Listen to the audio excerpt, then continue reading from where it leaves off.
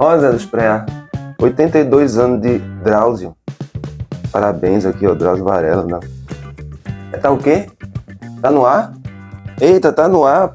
Mas rapaz, por que tu me avisasse? Oxi, então vamos lá. Eu tava vendo aqui as notícias, mas não tem muita notícia final de semana, domingo, não sei. Falando do sal aqui. Faz sentido comer sal? O canal do Átila. Deixa eu falar depois. Agora vamos lá. Vamos falar. Cristianismo vai ser... A família vai ser destruída pelo comunismo. Então vamos lá, vamos lá. Pois é, a família será destruída pelo comunismo e tudo mais. Vamos por onde começamos. Ponto 1. Vamos lá. Eu fiz um roteiro aqui. Foi.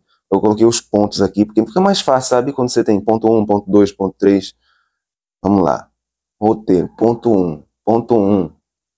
Começar. Tem paciência, cara. Uma das virtudes da pessoa é ter paciência. Vamos lá. E vai se acostumando também com o ritmo menor. Você deve ter saído de um vídeo muito estressante. Inspire. Solte. E vá praticando aí mindfulness, né? É assim que você gosta de chamar. Enfim. Pode ter qualquer nome. Meditação, etc. O comunismo tira Cristo de você. Né? Por quê? Porque o negócio é o seguinte. Alguém pode tirar a sua subjetividade, o seu eu, tipo... Porque assim, eu não estou falando de você, por exemplo, eu não estou falando de homicídio, porque aí você fisicamente pratica o homicídio.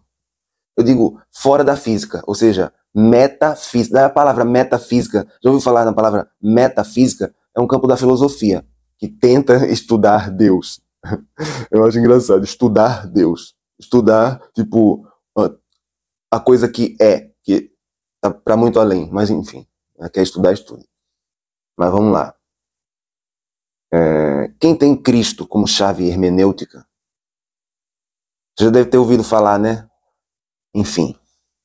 Mas quem tem Cristo como chave hermenêutica não pode ser anticomunista. Não pode ser anti ninguém. Esse aqui é o problema. Essa é a questão. Crítica ao comunismo, sim, é justa, porque crítica, os próprios comunistas fazem autocrítica. E o que você pensa que seja o comunismo? Sempre jogavam a degeneração para a população sempre mais empobrecida. Sempre, sempre. Isso é histórico. Só muda o chamado espírito do tempo, né? O Zeitgeist. A coisa vai se desenvolvendo, né? Naquele tempo não existia capitalismo, por exemplo. Então não dá para se falar em socialismo e capitalismo. Não dá. Não dá. Mas dá para dizer, por exemplo, se era mais comunal ou se era mais excludente. Onde você tinha aqui uma base de trabalho escravo na história. Sempre. Na história antiga, o trabalho escravo ele era uma coisa comum, né, nessas civilizações. Nesse tipo de civilização. É engraçado. As que menos tinham isso eram as que a civilização hoje dizem que eram primitivas, tá ligado? Eu acho uma viagem isso, cara. A gente não é primitivo, não. Né? Ai.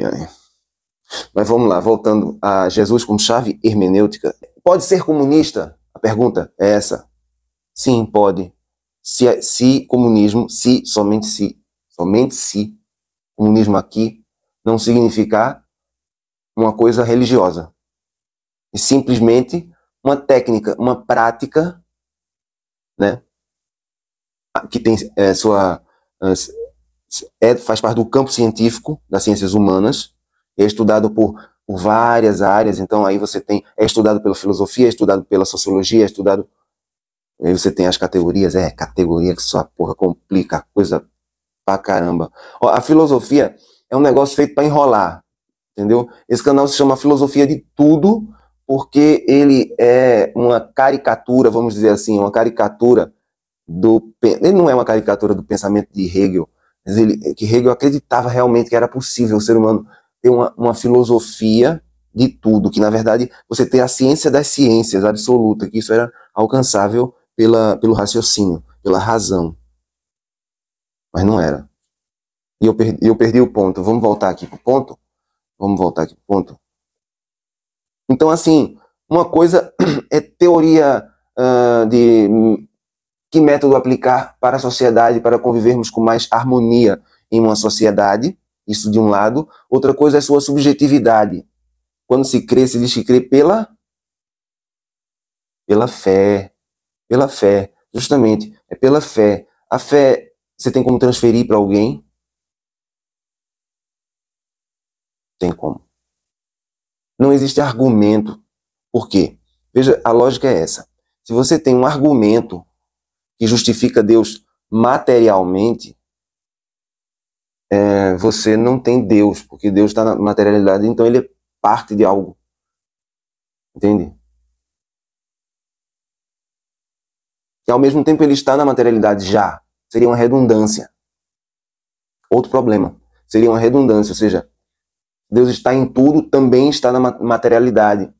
Mas aí ele está na materialidade estando já, e você ter como comprovar, se torna uma redundância.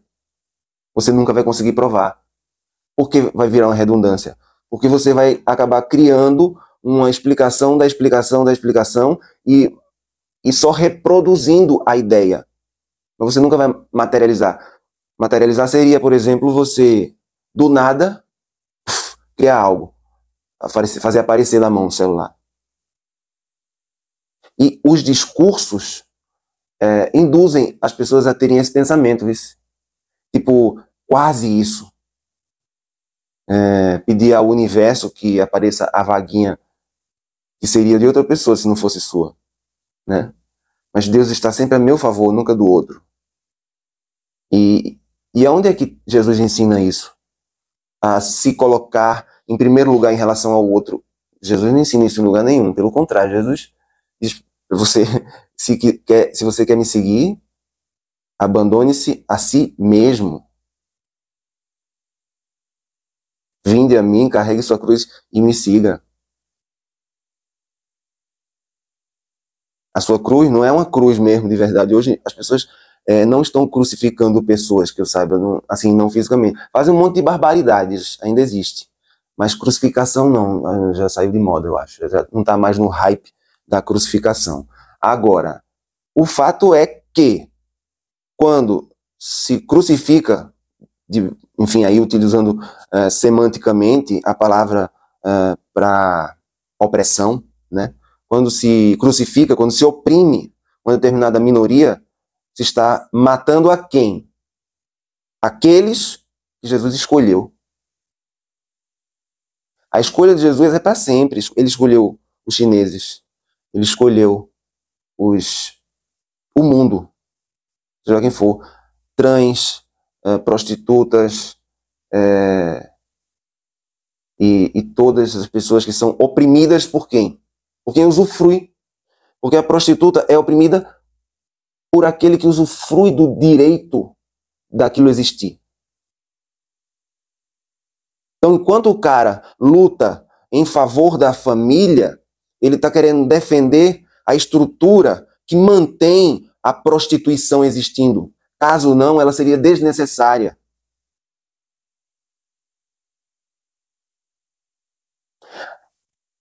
Sendo a prostituição desnecessária, ela poderia ser opcional ou não, aí também ninguém controla o corpo do outro. Pode ser que aconteça de alguém mesmo assim querer se prostituir? Pode, mas vai ser exceção, não vai ser a regra. A regra é por quê? Porque existe uma demanda. E quem é que consome essas mulheres ou trans? Porque tem muita gente aí que diz que não, mas consome trans também. Quem é que faz isso? Quem mantém a estrutura do jeito que está, que quer conservar. E aí por isso que eu digo, aprenda um pouquinho de Hegel para entender essa questão de dialética e entender também Marx depois. Eu acho interessante. Mas enfim, se quiser começar já por Marx, é muito complexo. Não é simples, não. Não é simples. Eu mesmo não dá para dizer assim, você é marxista, eu não me categorizo, eu não sei. Eu só sei que é assim, eu tenho Jesus como chave hermenêutica, interpretativa, certo? E a escolha está feita. E é uma escolha eterna.